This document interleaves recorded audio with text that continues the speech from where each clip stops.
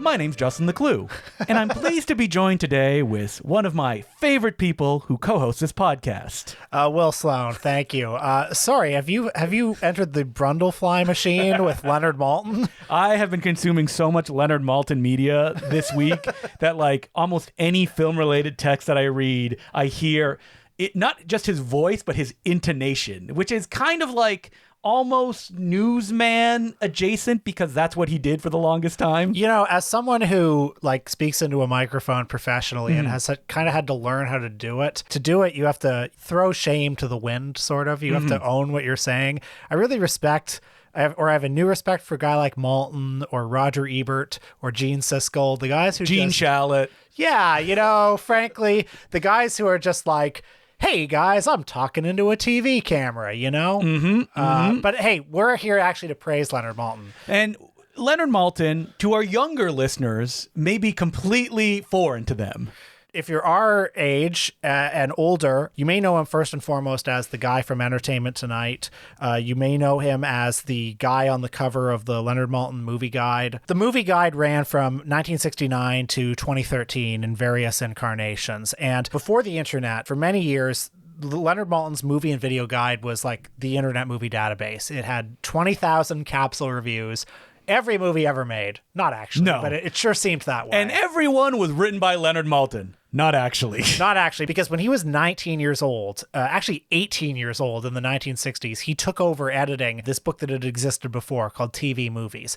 The book itself is of secondary importance to me than the fact that he was 18 or 19 when he started doing it. And I think this is the key to Leonard Maltin. This is why we want to talk about Leonard Maltin. That he is a movie fan first and foremost. When we talk about these other guys, Roger Ebert, he was not a movie guy. That's not what he wanted to make his career. And I mean, certainly Roger Ebert became a movie guy. Of course. You know, became very knowledgeable. But he was a newspaper man. So was Gene Siskel, even more so. Oh, yeah. Newspaper man first and foremost. They were assigned to the movie beat, and they came to love it over the years. But I have an article here, a 1968 issue of the New York Daily News. The headline is Teenage Film Fan. The subhead is New Jersey Youngster is in the publishing business. And it begins, most teenagers go to the movies. Some even make them, but very few write about them. Leonard Maltin, 17, not only writes about movies, he edits and publishes a monthly magazine devoted to classic films and the stars who acted in them. Not a slick Hollywood fan mag,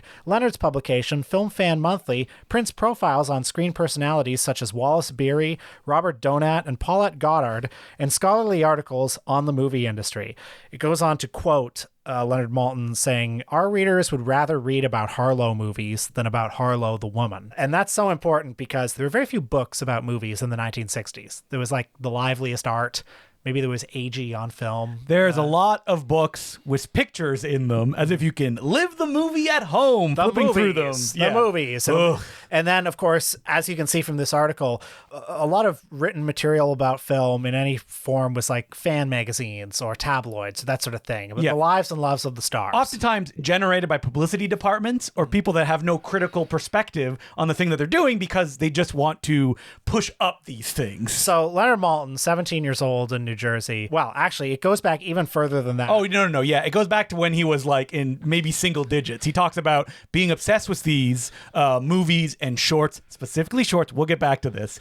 And hunting down the actors to interview them, even sometimes when he didn't have a venue to publish these things. So when he was 10 years old, that's when he cites as the beginning of his writing career. He wrote his own little weekly magazine called The Bergen Bullet. Did you do that when you were a kid? Because I did. Oh, I had like absolutely. little magazines me and my brother would draw on camping trips, and it would exist for no one, just me and him. I know, because it was kind of pre-internet. I mean, the internet sort of existed. But I didn't know how to publish on it or anything like that. Exactly. When he was 13, he wrote a column for a magazine out of Pennsylvania called The 8mm Collector. And then when he was 15, Film Fan Monthly was this Canadian. Yeah, zine-like publication that pre-existed him. And the owner of it said, man, I'm running up too many debts. Kid, you want this? And he said, oh, sure. And so in 1966, when Leonard Maltin was 15 years old, he became the editor-in-chief of Film Fan Monthly. At that time, had a circulation of 400. He eventually expanded the circulation to 2,000. And it went until 1974, when I guess he got other, more gainful employment. But this is the kind of guy we're talking about here. And okay? this is what's important, is that he's doing it for the love of the game. He's going out there, he's interviewing these people, he's interviewing forgotten people. I dug up an old article, you can only get it on the Wayback Machine, an old article where he's talking about having a correspondence with Moe Howard of the Three Stooges, because he sent Moe a letter because he wanted to know about Charlie Chase, who was a silent film comedian who directed some of the Stooges movies. And, you know, he shows you the letter that Moe sent, which is in Three Stooges letterhead. A beautiful cursive handwriting. Yeah, and he addresses it, "Dear friend Leonard." I guess Moe was tickled or interested, because if you look at any interview with Moe from the time, because it's like the Wild West, there's no IMDb, people are asking questions like, is Shemp still alive? What happened to Shemp? And then Moe has to write back like, "My beloved brother has passed away." 500 letters a year saying Curly died in 1953. Yeah. Leonard's like, okay, give me the real stuff. Give me what was Charlie Chase like? Mm-hmm. And this is why Leonard Maltin is one of the OGs, one of the gods of cinephilia. Now, when did you become aware of Leonard Maltin? And when did you grow an appreciation of Leonard Maltin? Because for me, he was always kind of background noise when I was a kid. I did watch Entertainment Tonight, not religiously by any stretch of the imagination. But you saw him there. But if the opportunity was presented, I was watching it. And he was just one of the talking heads. So Leonard Maltin has been with me all my life. I've had many different relationships, one-sided relationships, Yes. I hasten to add. We spoke to him You're once. writing notes. Yeah. You're writing notes as well. Yeah. Like, "Dear Leonard, when did you actually stop doing Film Fan Monthly?" To me, when I was like, honestly, like 6 or 7 even, you know, the movie guide was everywhere, because that was still a time when trade paperbacks were in like grocery stores and checkout aisles everywhere. So I would get the movie guide every year. And the idea of you can make a living watching movies and saying your opinion on them. Because his face is on the cover of the movie guide, and it says Leonard Maltin's movie guide. That's right. And I assumed at the time that he'd seen all 20,000 of these movies. Yeah. And I was very mad at him because he didn't like Ernest Goes to Camp, you know, Ace Ventura, Pet Detective, you know, the classics, the good movies. He didn't like those. But nevertheless, I kept reading. Because just the idea of a guy that knows this much about movies, even though his taste doesn't actually align with your own, has value there. Now, I don't know how I missed this. It was clearly background noise when I was a kid. No one I knew had the movie guide. I never flipped through the movie guide. I'm sure I was aware of it, but didn't really have any interest in it. Well, you probably, though, saw him on those VHS releases of Star Wars. Of course I did. And Our whole generation saw I that. could not hit that fast forward button faster every time I saw him. So for people that don't know, in 1995, the last time Star Wars was released as non-special editions on VHS, I don't even know if they sold them separately, but I remember my dad bought it probably for Christmas. It had Darth Vader, Yoda, and a stormtrooper on the cover, and I watched them every single week. Every single time, it started with a 6-minute interview of Leonard Maltin and George Lucas. A whole generation fast forwarded through those. Although what I will say is, like, everyone knew who George Lucas was. Yes. You know, sitting, looking so bored in those interviews, eyes glazed over. so bored, but also like so like kingly. It's like I'm so bored being interviewed about my iconic movie. You know, I'm a god, and you know. Now we all know George is a bit of a lovable bozo. Yeah, a little sad. Tripping over my words here. I'm working on the next 3 Star Wars movies. That's how early it was. Phantom Menace was way off into the distance. And I think these interviews are fine. They do what they need to do. I would never watch them a second time. Well, in his memoir, Starstruck, Leonard Maltin talks about these interviews. And, you know, it's interesting giving the totemic place that these interviews hold in the millennial imagination. Yes. He positions it as, it was just another job. You know, I was asked, do you want to interview George Lucas for these VHS releases? I said yes. It was a day. And for many people, it's the only thing I've done that matters. You know? Yeah. And I think that's great. You know, something that comes across in his book Starstruck and that I find appealing about him is, like, there's a sense he's always hustling. You know, he's just taking work. Well, if you read his autobiography, Starstruck, and I have twice, of course. One of the best books of all time. I just listened to the audiobook this week that he reads. He was in the living rooms of millions and millions of people almost every night on Entertainment Tonight. And he barely mentions that in the book. The only time it comes up is when he's given the opportunity to interview stars that he's actually passionate about, like Katharine Hepburn, for example. And he mentions like it's in the context of, I don't know, some TV movie she did that no one really cared about. Here's my relationship with Leonard Maltin, really. It's like for the first 20 years of my life, I had the movie guide, but then Maltin would keep popping up in these other contexts. Like, I remember when I was a kid, I rented this video from Blockbuster called Cartoons for Big Kids. All right, let's talk about this, because we both watched the Leonard Maltin intros for this. And this video was so important to me because I saw it when I was maybe 10 or 11, which is about the age when you start growing out of cartoons. You're like, I'm a big kid. Yeah. I would like to see some cartoon. Are they experimental in some way? I don't know if I would have said that when I was 10, but So wait, what are these cartoons that are included on this? it's like Bugs Bunny cartoons. It's Tex Avery's Red Hot Riding Hood. So what it means is cartoons for horny kids. Well, I rented it thinking, what is this, like, porn cartoons? Because it had You're like blacking out the windows, locking the doors. Because the tape had like Bugs Bunny and Porky Pig on the front cover, and it's like, ooh, is this adults Bugs Bunny? Like, what is this? But then it also had a picture of Leonard Maltin on the back, and I thought, what's he doing here? Yeah, I know this guy from Entertainment Tonight. The guy from the movie guide. Yeah. And what it is, you know, an hour-long, maybe 70-minute documentary where it's him hosting a series of cartoons, the thesis of which is cartoons aren't just for kids. These cartoons were made, you know, in the golden age of Hollywood to play before movies to an audience of all ages, and they're full of jokes and things to appreciate for adults. And wait till you see some of these cartoons. And it would be stuff like The Big Snooze by Bob Clampett, King Size Canary by Tex Avery, you know, Red Hot Riding Hood, as I said, him explaining the context, talking about who some of these people were, like Bob Clampett and Tex Avery. See, I think that's one of the good tapes, but the limitations of the form that Leonard Maltin worked the most in is that, like, just let him talk. I know. Because I watched one of the Warner Brothers collections that he hosts, and me and Will were talking about this before, but like Leonard Maltin is not really associated with Warner Brothers cartoons. He's a Disney guy. That's true. That's because he became the DVD intro guy on Disney things. Well, but like, he wrote a great book called Of Mice and Magic. Oh, yeah. All about the history of animated cartoons, which is fantastic. It's beautifully researched.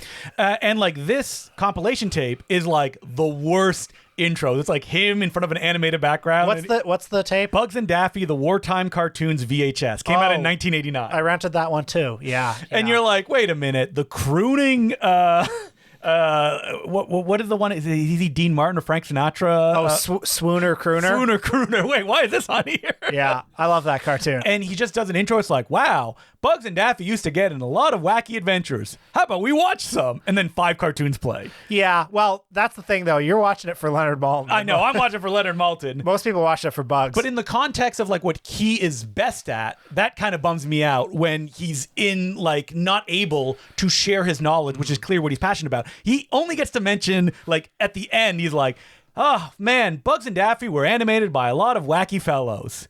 And here are some cartoons. I'm like, no, tell me who it is. He drops Bob Clampett.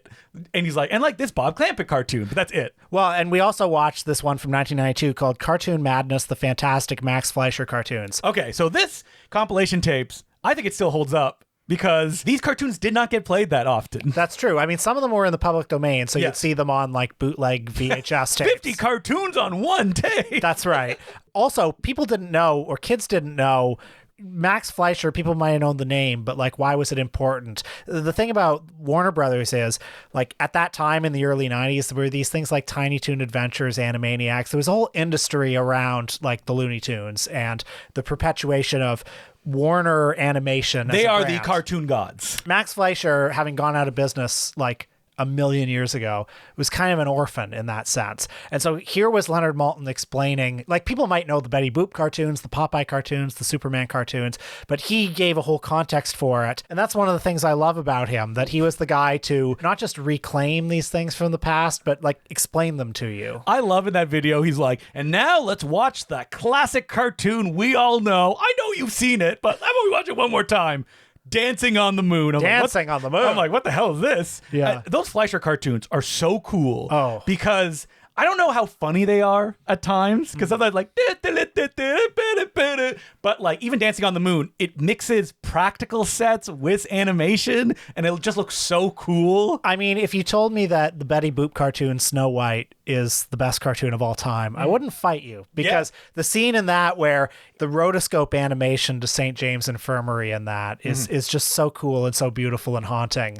And it's really funny. But I also think that it just goes to show how important curation and exposure of these things are to make them popular. It's like, why were the Bugs Bunny cartoons so popular? Well, they were constantly in syndication. Yeah. In a package that made them feel important, and that's why you need to go see them. Oh, in that World War II cartoon, there's one I had never seen before, which was the Draft Dodger Daffy Duck cartoon, where it's like the wackiest, and at the end he gets killed and goes to hell for being a draft dodger. But, I think for us, there have always been kind of two Leonard Maltins. Maybe it's unfair to bifurcate him like this, but there's been the Leonard Maltin who does the movie guide and Entertainment Tonight. Which a lot of people have a lot of affinity for. Like that Leonard Maltin game that Doug Loves Movies used to do for the longest time. Oh, yeah. And I mean, I grew up with the Maltin guide. I feel fondness towards it. But also, like, Leonard Maltin's taste is not mine, especially after 1960. Let's say. Okay. So let's deal with this. Yeah, let's deal with it. Is that, if any huge Maltin heads are listening, if Leonard himself is listening,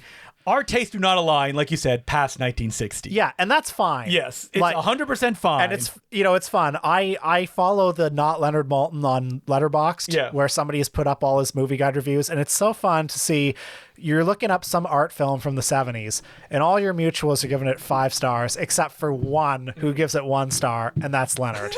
It's like Sallow or something like that. Yes. Anatomy of Hell. But when I read those reviews that Leonard does, I see exactly the perspective that he's coming from. It doesn't feel contrarian or angry. Oftentimes the reviews are like, it's just not for me. Okay, this is why I like him more than Roger Ebert. It's one of many reasons I like him more than Roger Ebert, because Roger Ebert has a moralistic streak about him. Yes. Especially talking about, horror movies, exploitation movies. You read Leonard Maltin's review of Taxi Driver, the famous 2-star review, where he says, many consider this a masterpiece. We think it's ugly and irredeemable. Judge for yourself. Mm-hmm. I like that tone more than I like Ebert's tone sometimes. Yeah. Where it's like, this is evil. This should be banned. You know what I'm talking about? Well, you get the sense in Leonard Maltin's negative reviews of modern films that are widely praised by everybody else, but that he doesn't really... It's not a conservative, like, why does this exist? Yes. It's more like, hey, you know what? It's not for me. And it's funny because the movie guide, like what it's posturing as is, this is the encyclopedia. You can trust this. Mm-hmm. This is a compendium of received wisdom and conventional taste. But actually, I think past 1960, it's not necessarily that. Or maybe taste has just become so fragmented. I actually think the movie guide really reflects what popular consensus was up until about the year 2000 on all of these subjects. You know what? I think it's telling, just for example, that the movie guide doesn't have any John Waters movies from before Polyester, because those were underground movies. Mm-hmm. And now those movies are in the Criterion Collection. Yeah. So that's like where it's coming from. Even though it's a compendium of mainstream received wisdom and all that, I like Leonard himself personally because I think he's a more humble figure than Roger Ebert is, who always wanted to be like the critic. Yeah, the top dog. And that's how people talk about him. Absolutely. So he won. He won. Yeah. And he worked hard to be that. He wanted to be that. You can even see it in the fact that Roger Ebert had a series of books called The Great Movies, as if to say, yeah, I've decided. Yes. These are the great movies. These are the great movies. Whereas when Leonard Maltin writes a book, it's 100 overlooked movies. Yeah. 151 movies you've never seen. Yeah. And I was like, nah, I've seen these.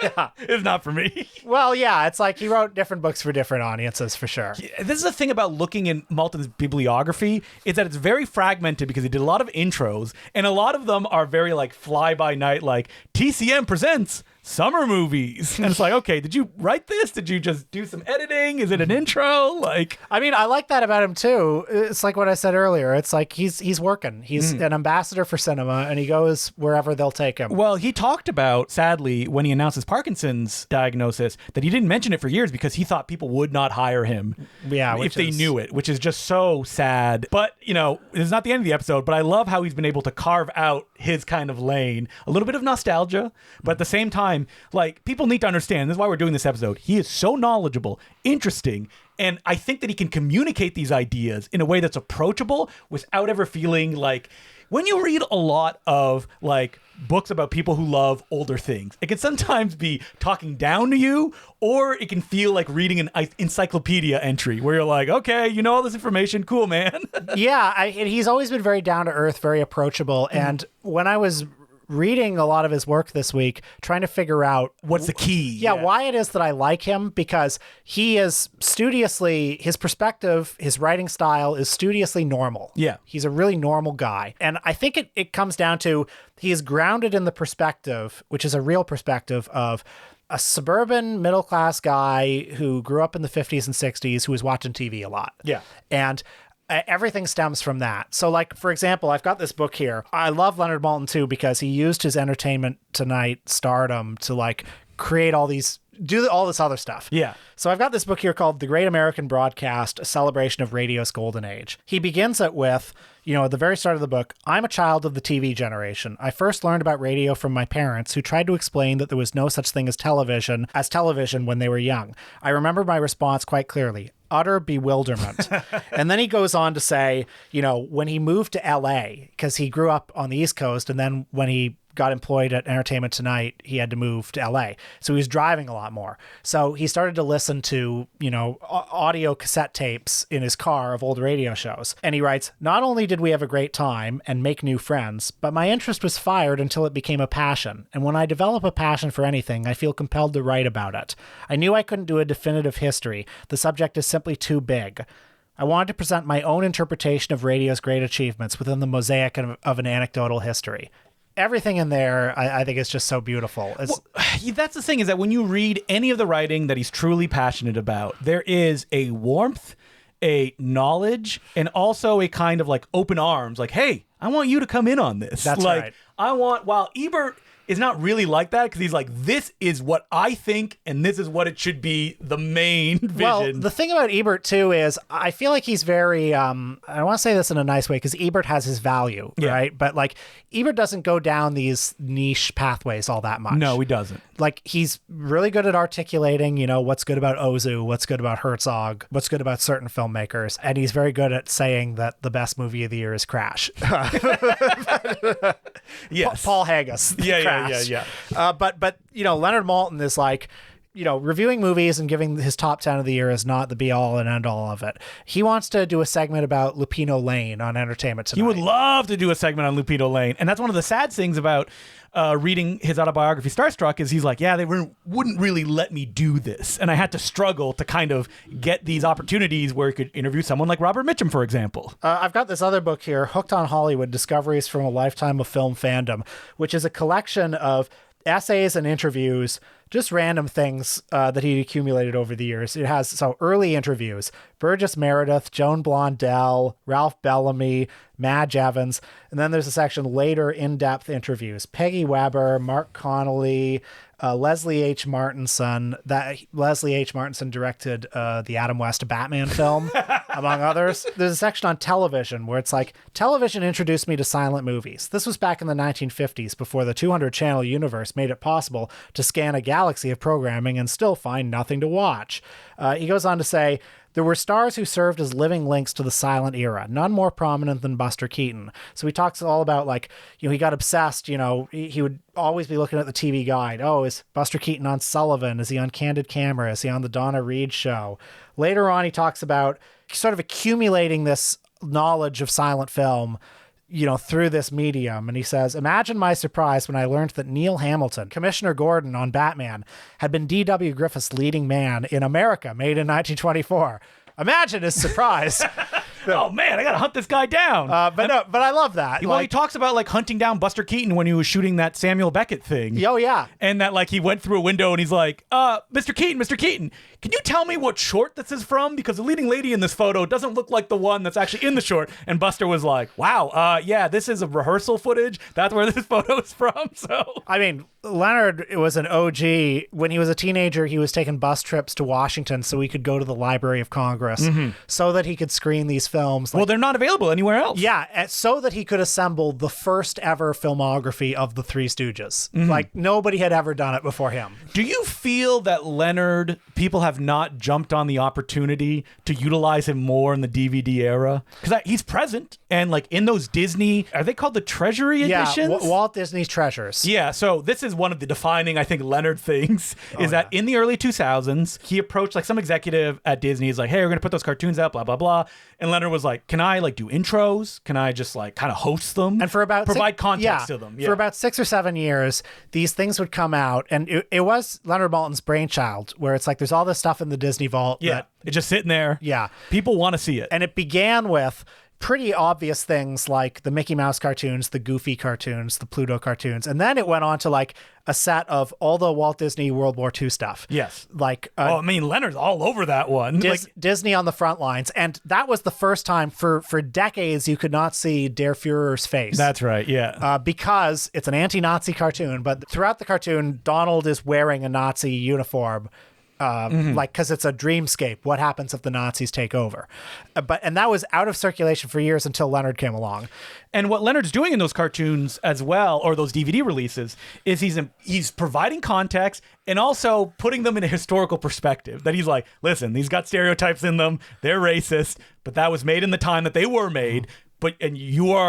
These collections were always pitched to adults. They were not for kids because they were very expensive as well. Yeah. I don't own any of them. You probably have one or two, right? I have several of them. They're great. Some of them are fantastic. Like there's one about, behind the scenes at the Disney studio, which is a collection of all of these TV specials and documentaries and stuff that Disney himself shot, and most of them are like PR puffery, obviously, but they're cool things from the time. And as the series went on, in Starstruck, he talks about almost like getting away with something. Yeah. Where the last year, it's like, I wanted to do an Annette Funicello box set, They're like, yeah, sure, I guess. Yeah, the Davy Crockett box set. And it's like, we knew this wasn't going to sell. But it's out there. He's doing intros on them.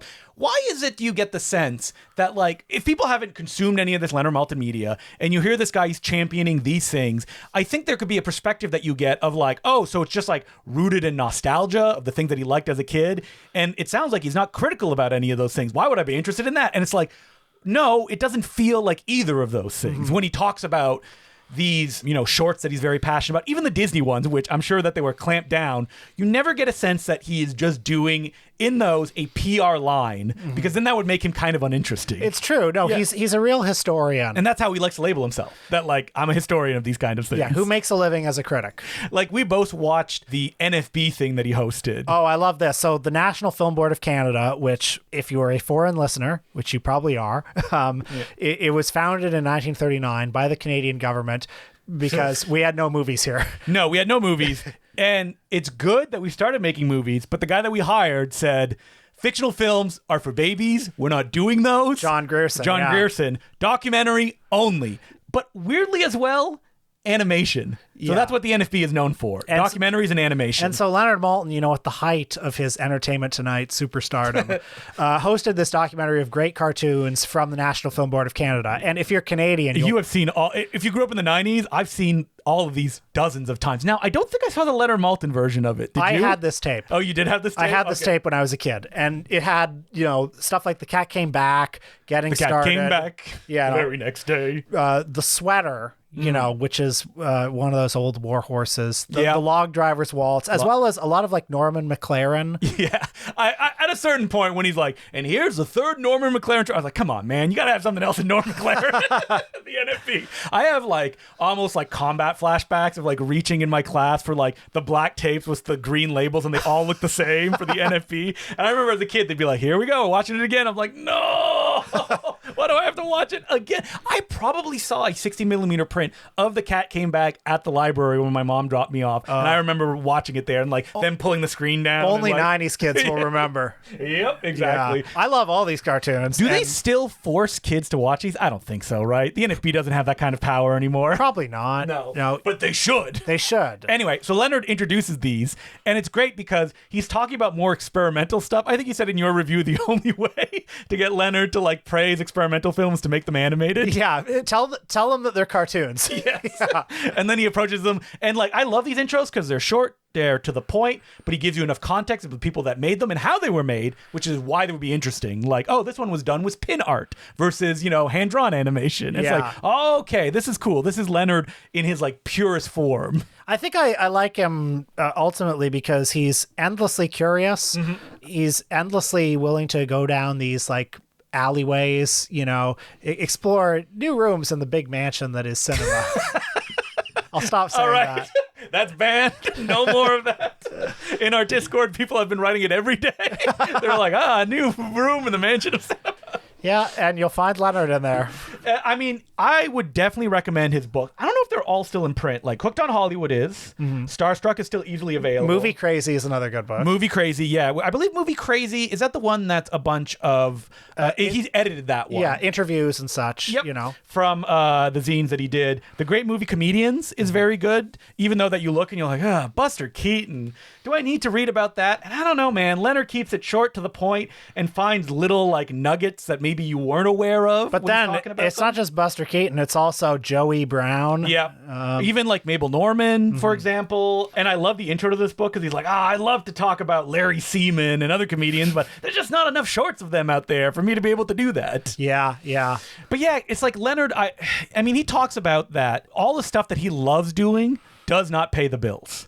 That he's like, listen, I had 4 books under my belt and I was still living with my parents. Like, I could not actually get enough money because people were not interested enough in that. And it makes sense of like, you would become the ET guy. And the thing about being the Entertainment Tonight guy is that ages like milk. Like, no one is watching that stuff. It had its moment. And that's great because then the stuff that he's very passionate about, that can rise to the top and that will be his legacy finally. Absolutely. And I feel like in film history, Leonard Maltin's legacy it's so omnipresent that it's almost invisible because, again, he was the guy who was doing the first filmographies for these people. Yeah. He was interviewing these people, back when they were still alive. He was spreading the good word about these things. And so, we still live with that. And there is the assumption of he's just like the milquetoast boring guy, right? That would just give you the stuff that's in the news, and it's like, yes, he would do that. But what's really interesting is this other stuff. Go read this. Even The Art of the Cinematographer, where he interviews 5 masters of cinematography, most of them that you will not recognize. And I should mention, I feel that Leonard's real passion are short films. Like, he loves those. He wrote a book about it. And anytime you get an opportunity to hear him talk about shorts, which is great because those are dead. They do not exist anymore. But he champions them and he puts just a magnifying glass on their production and their importance.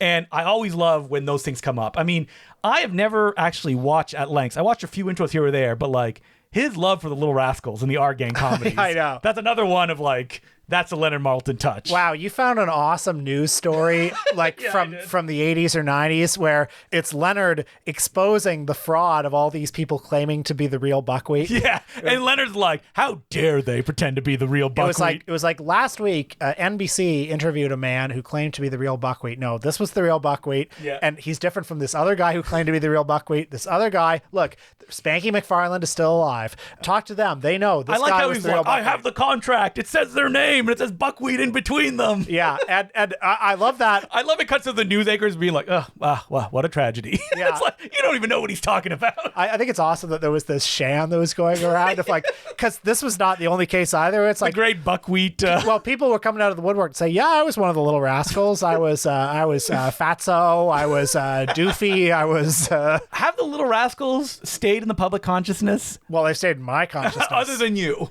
Are people watching Little Rascals? I don't know if they are. You never know. I never liked the Little Rascals when I was a kid. They would play in that block at 6 a.m. in the morning on Teletoon. It would be Little Rascals, Scooby-Doo, Three Stooges. 2 of those things I liked. When Little Rascals would come on, I'd be like, ugh. They didn't really get their hooks in me either, although I've watched some of them as an adult and I like them. Yeah, you like them? Yeah. Because is Leonard, is he on those DVDs that they're putting out? Or not anymore, but back in the 90s, he was on those DVDs. Or the VHSs, to be specific. Yes, that's right. So bring Leonard back. We saw him do an intro for Casablanca. Still sharp, can still do it. Why don't we may have talked about this a few weeks ago, but let's say it for posterity. Okay, right? yeah. Because we were at the Palm Springs Film Festival. We heard that Leonard Maltin is there to introduce Casablanca. And this was... aside from the fact that we were being flown out to be on juries. Yes. This was the highlight for us. This was the real reason to go. Yeah. And we were like, oh shit, it's sold out. Yes. It's sold out. We looked at the tickets and we're like, no! Because we were just going to buy tickets to make sure we got in. Yes, we had passes, we could have gotten in, but if it's sold out and they wouldn't let pass holders in. And so, we're like, okay, we got to get there 2 hours early, so we're in line. We get there 2 hours. They haven't even set up the line. No one's there. All right, let's go for a walk. We get back an hour early. Yes. And next to us is a line for some big Oscar movie. And we're like, finally, they're lining up for Leonard. And it's like, no, it's for something else. Yeah, 50 people in the line for the Oscar movie. No one in the press line for our movie. And that's all right. We're here. This is great. We're ready. We're going to come in. It was sold out. It was packed. It was sold out. Yeah. Leonard comes up, and here's the thing. If you tell me in any other context, someone's like, they're going to do an introduction to Casablanca, I'm like, boring. Yeah. This is what I stumble upon on Sundays as a 12-year-old, and I'm like, no. I know. But Leonard gets up, he starts talking, and I was like, hanging on to every word. Well, yeah, I mean, he's a very dynamic speaker, but I think what's really important is, like, I think you feel it, especially when he's talking about something that he loves. Yeah. I think it is imbued with a kind of understated passion. I was quite moved towards the end. He tells you everything you want to know about Casablanca. Yeah. He tells you all the stories. You've probably heard it before. All the production history. There got to be a point where he said, Warner Brothers tried many times to recapture the magic. They did things with some of the same cast, like Passage to Marseille. It's okay. Yeah, it doesn't work. But it's not Casablanca. And then I remember at the very end, he said, this is my favorite movie. I've seen this so many times, and I'm not going to miss it today, so I'm going to watch it with you. Ugh. And I don't know. Something about it gave me goosebumps. Yeah. I think it's just because, he has been around forever. But Think how many times he's seen Casablanca, and But he still loves passionate. it. He's still going to sit in the audience, and he's going to have a great time. That would be a perfect note to end our talk about Leonard Maltin, but we can't go beyond this without talking about the iconic thing from me and Will. Leonard Maltin interviewing a very famous public figure. Well, I mean, he writes about this in Starstruck too, right? Does he? I don't know if he does. Well, anyway, yeah, he interviewed probably the most famous guy ever, Dick Tracy. Dick Tracy. Because in the year 2010, Warren Beatty was told that he was going to lose the rights to Dick Tracy. And oddly, he decided he still wanted the rights. Yes, and to keep the rights, he needs to make something with Dick Tracy in it. Yes. And so he made Dick Tracy Special. That's what it's called. That's what it's called. Shot by Emmanuel Lubezki, famed cinematographer. Overqualified. And it's basically Warren Beatty sitting in a room, a black void. He's got the yellow coat. And he's got the hat. And he's just being interviewed by Leonard Maltin. And it's one of the funniest things ever because it's this sham documentary. Yes. Just to keep the rights. Just to keep the rights. Leonard Maltin hosts this documentary about the history of Dick Tracy. And half of it is him doing and then in 1940, Ralph Byrd played Dick Tracy and Dick Tracy meets Gruesome, stuff like that. And then periodically he will throw questions to Warren Beatty as Dick Tracy, who is rambling, who is improvising, maybe. Pomegranates. Yeah, I must say, Detective Tracy, you look so good for your age. What is it? Pomegranates. All right. And so that's so funny. Can't believe that exists. We asked Leonard about it when we interviewed him, and he was like, they just asked me to come in. I said, yeah, why not? You know? I think Warren Beatty has gone on record saying Maltin was not his first choice. I think Leonard said that. I think they were gonna. I think it might have been Robert Osborne was the first choice. Okay. But then Disney said, well, we already have a relationship with Leonard. Why not use him? He's just as credible. And I want to say, Warren Beatty a few years ago presented Leonard Maltin with a Lifetime Achievement Award at that rules. AFI Fest or Classic Movie Fest, something. So he obviously appreciated it. I also remember Leonard telling us, we asked, he's obviously a perfectionist. He has a reputation as that. And Leonard said, on a soundstage in Burbank, he may still be doing takes on... And that's so funny. And that's the end of that. No, it's not. Because 13 years later. 13 years later, the rights are coming up for Dick Tracy again. And then suddenly on the Turner Classic Movies schedule is announced a new thing called Dick Tracy Special, Tracy Zooms In. Yeah. And it's like, did he do it again? And he did. He did. And Leonard Maltin came back. Leonard Maltin came back. Ben Mankiewicz is there. And if you haven't seen it, folks. Yes. Because it is one of the greatest, long form punchlines or long delayed, it is. If you were confused about Dick Tracy Special, seeing this 13 years later is like, oh my God. Well, what's great about the special is it introduces so many new questions, which is okay, so now Dick Tracy, the character, does not like the Dick Tracy movie that Warren Beatty made. Oh, it's so funny because it starts with Ben Mankiewicz replaying the interview. Pomegranates. The pomegranate scene specifically, which we've been making fun of forever. Yeah. he's rewinding and playing the pomegranates bit. And It's so weird because it starts like The Office or like a documentary. and then Leonard Maltin comes in, and Ben Mankiewicz is like, yo, so are you on the Zoom call too with Dick Tracy? He said he wanted to talk about your interview from 13 years ago. It's like the show about the show. Yeah. Yeah. And then there's the Zoom window. Warren Beatty again in the coat, in the hat, 13 years older, in his mid to late 80s. It's like, I wanted to talk to you because I actually wasn't completely honest in my interview from 13 years ago. I really don't like the movie Dick Tracy, and I think Warren Beatty did a terrible job with it. Then he's just playing scenes from Dick Tracy, like, no, this is ridiculous. Oh, if you watch the original Dick Tracy, now that was a movie. They played like the 40s movies. Yes, exactly. And he's like, yeah, this is serious. And then Warren Beatty comes in on the Zoom call, and Dick Tracy starts interrogating Warren Beatty.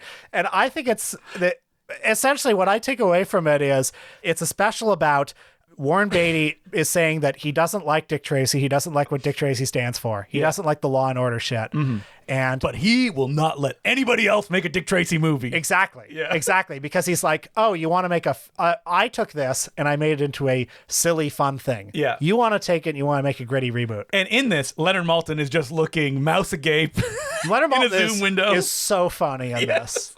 Just his expression.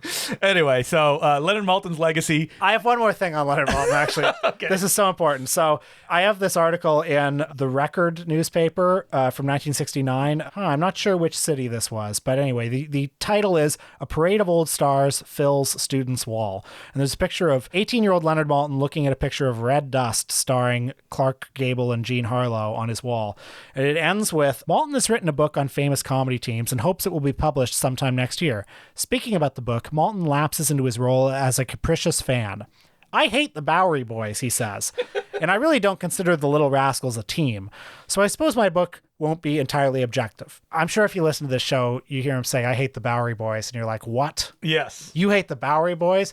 Well, a few years ago, we heard him on a podcast. Was it Joe Dante's podcast? I believe it was Joe Dante's podcast, where he was talking about, at some point in the 80s, he knew that Joe Dante liked to cast old timers, and he thought Hunts Hall. He put that name in Joe Dante's ear, and of course Hunts Hall fucked it up because he wanted too much money, which is ridiculous. Insane. Because he would then go appear in a Farrell and Ray film. Which yep. I think this is important because it shows that even Leonard Maltin can grow and evolve. Yeah. And the first time we talked about the Bowery Boys on the Poverty Row episode, we're just anti-Bowery Boys. We're like, who would find these funny? Why do people keep watching Fandom them? is not going to happen for us. Yes. And now we love the Bowery Boys. Who's got the Bowery Boys checklist on their shelf? Me and Will. Yeah. So I also want to have an open invitation to Leonard Maltin at any time. Yeah, I mean, we've had him on once before, but, just... But here's what I'm going to say. Mr. Maltin, you can talk about whatever you want. That's right. You come on here. Those subjects that, like, I hear you kind of mention in passing, maybe on your podcast or interviews, and you're like, oh, they wouldn't be interested in that. And you keep going, no. We're interested. Yeah. So, Wheeler and Woosley, if you want to talk about that. When I picked up Starstruck, and it's like, immediately, right off the bat, he's talking about visiting Billy Gilbert. It's like, this is a book for me. Exactly. So thank you, Leonard Maltin, for all the work that you've done and will do in the future. Do we have any letters? We do have letters. First letter segment in a few weeks, I think. Yep, I believe it is. As per usual, you can send us letters at importantcinemaclubpodcast@gmail.com. Now, this is a letter that I love getting these ones. It's called Help. My kid loves the Three Stooges. Oh, no. Well, I hope he's not poking his brother's eye out. Dear Important Cinema Club, I'm writing to thank you on behalf of myself and my 6-year-old son. Recently, I was digging through some older episodes, and after listening to your Three Stooges episode, I thought, I bet my kid would like these. We've watched literally thousands of Golden Age cartoons together. He especially loves Popeye and Foghorn Leghorn. That would be a hit on the playground. I say. I hope your little 6-year-old is telling people on the playground. Now, this was based on the character Senator Cleghorn from the Fred Allen Show. But I've never encountered anything that makes this kid laugh like the Three Stooges. Oh. It's honestly a bit of a problem. He gets so worked up that I fear my partner is going to put a moratorium on Three Stooges before bed. That's because Three Stooges should only be watched at 6 a.m. a.m., which is what the time slot would be. That's right. If you ever watch them in syndication. 6 a.m. or right after school. Yeah, exactly. Yeah. Which is how the boomers experience They need to be in the dead zone. That's right. Where it's like Sundays, where you're like, what's on TV? Do you remember being a kid and Sundays were like dead times for television? A lot of Three Stooges on the weekends. A lot of Three Stooges, though. The letter continues, as for myself, despite being a big fan of the Marx Brothers, Fatty Arbuckle, W.C. Fields, etc., I had never really explored the Stooges' oeuvre. I think it's just that I didn't encounter them in my youth, even though my dad and all his friends told me how great they were constantly. That's why you didn't watch them. Because your dad was like, they're so funny. The Three Stooges. So you're like, no, this is bad. Watching them with my son, I feel like I'm making up for lost time. We have fun discussing the observations on the Stooges, like how Curly is the funny one. Mo is the leader. Mo is their leader. Yeah. And how Mo is their leader, but he's also the mean one. Well, he is. That's not a lie. And as your son gets older, he'll see something in Larry, too. He'll regard him as the existential stooge. And how he thinks some of the endings are bad. Can you guess? What is a bad Three Stooges ending? Probably one of the ones where it just leaves all the threads dangling, which is most of them. He mentions 3 little pigskins. Do you remember how that one ends? They're on a football field Yes. and they just run off or something. Probably something like that. And how he thinks certain stunts are performed without killing the Stooges. That's because the Stooges didn't do their stunts. There were other people that died doing those. Or, better yet, a big dummy. Yeah, love it. Throw a dummy off a balcony. Or they did die, but later, based on the injuries sustained by being slapped in the face. I mean, rest in peace, Shemp. Yeah. I mean, as you've seen, the third Stooge has a mortality rate like Spinal Tap drummers. Why was Mo and Larry the strong one? Because Larry got beat up all the time. I think it's because Larry just drifted through life. Whereas So he was kind of made of rubber in a way. Yeah, probably. While Mo, I mean, he takes punishment, but he usually dishes it out more than that. Well, yeah. He could be provoked. And Shemp was already so frail to start with, and then you're beating on him? One of the best parts of being a parent is sharing culture with your kids and seeing media through child's eyes. I'm already planning on which Godzilla films to watch with him. Godzilla's Revenge. That's what you start with. Yeah. Hey, everybody, it's me, Manila. How's it going? The dubbed version, clearly. Dub version, yes. Thanks again, Kyle and Felix. Yes, my son's named after the cat. Godzilla versus Hedorah also. Do you think a kid would like that one? Godzilla versus Hedorah? Yeah. That's the smog monster? Yeah.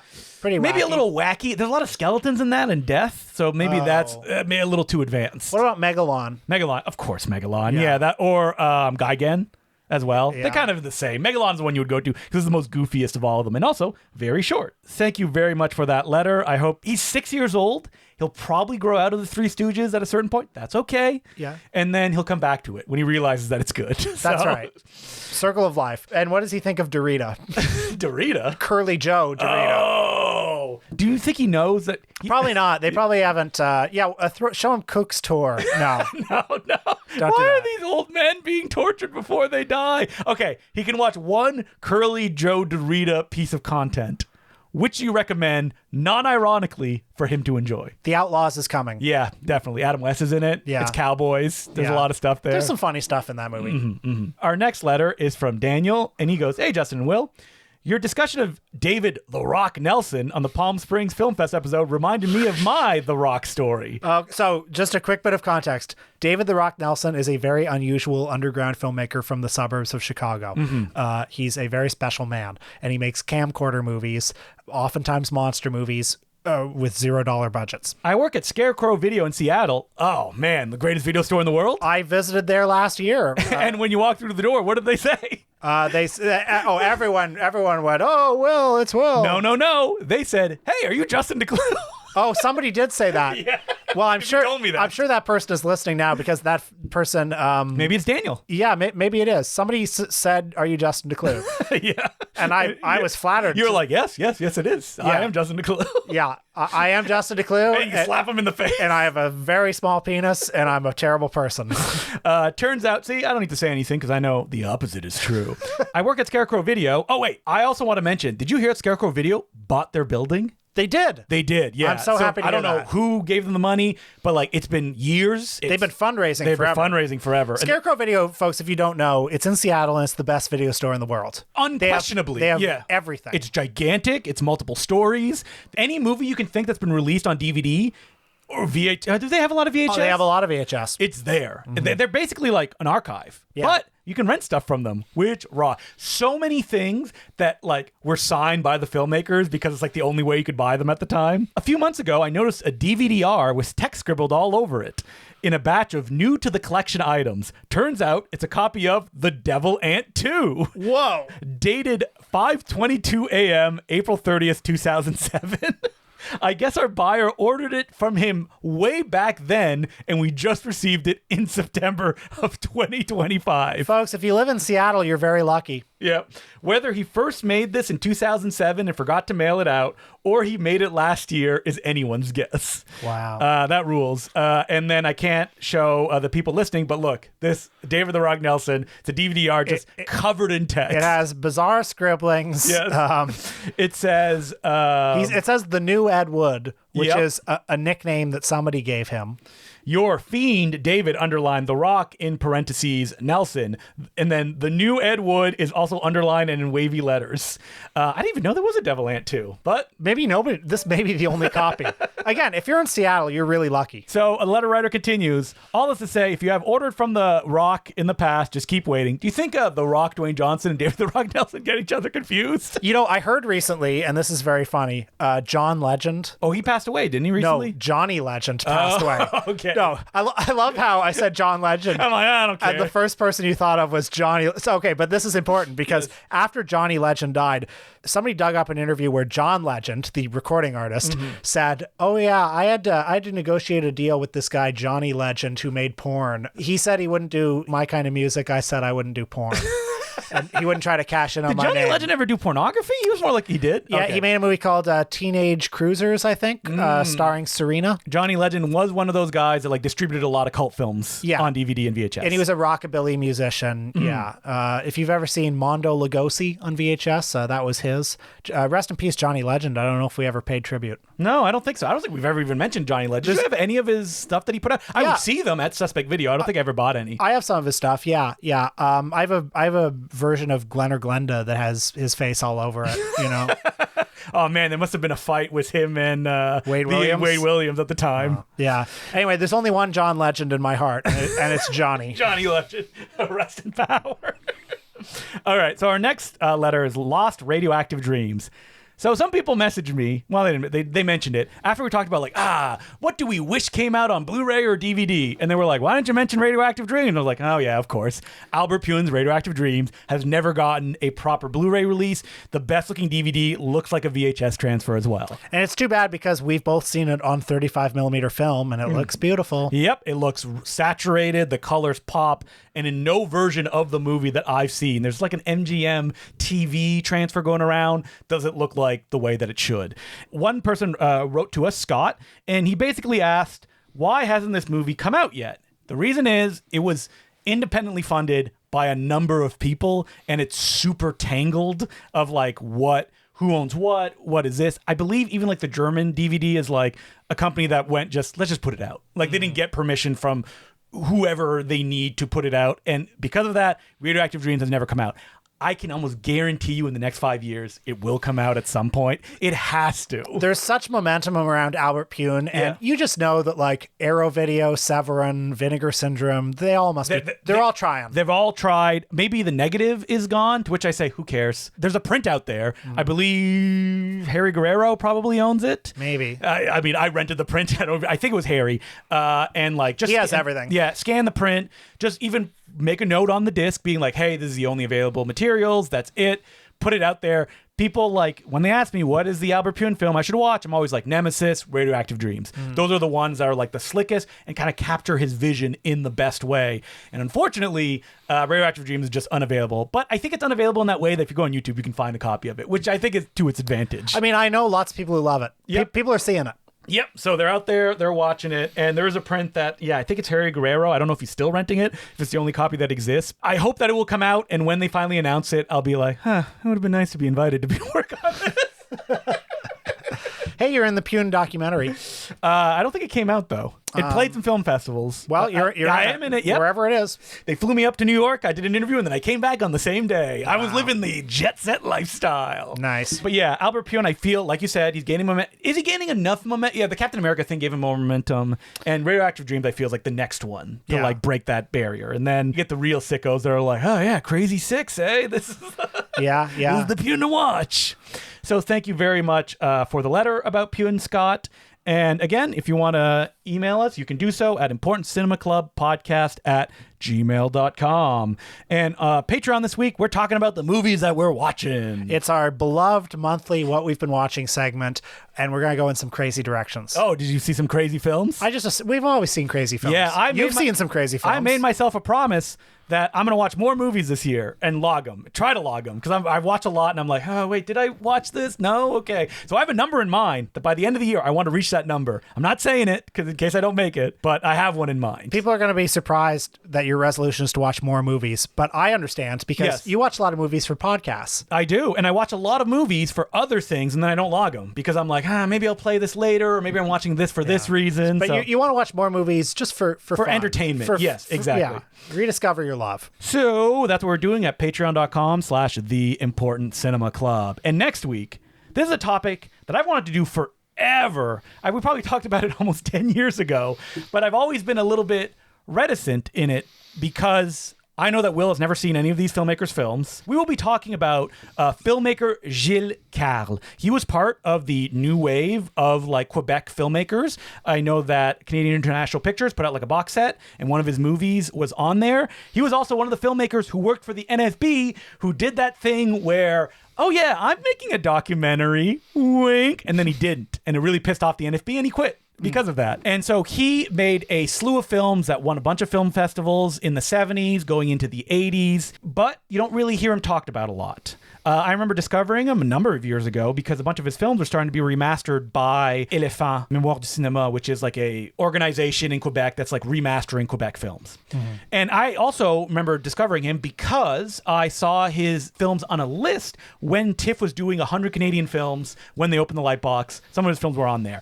But with that in mind, only one of his films has more than 1,000 logs on Letterboxd, which goes to show, he has not gotten that much attention in the modern day, if you will. Very excited. Hope to discover a new filmmaker I love. So if people want to play along, I believe some of his films are available on iTunes because that's how Éléphant, they put them up there in remastered versions with English subs. We will be watching The True Nature of Bernadette, which is called La Vraie Nature de Bernadette. We'll also be watching, this is a big one, and I warn Will, Les Ploufs, which is a very popular novel in Quebec that became a popular radio show, and then it eventually became this big epic movie that Gilles Carle watched. So a generational drama set in Quebec. We'll be watching it for the episode, and I'm not sure what the third one is, but probably something else in the 70s. So lots to discover there, and that's what we'll be doing next week. Very exciting. Until then, my name's Justin Decloux. I'm Will Sloan. Thanks for listening.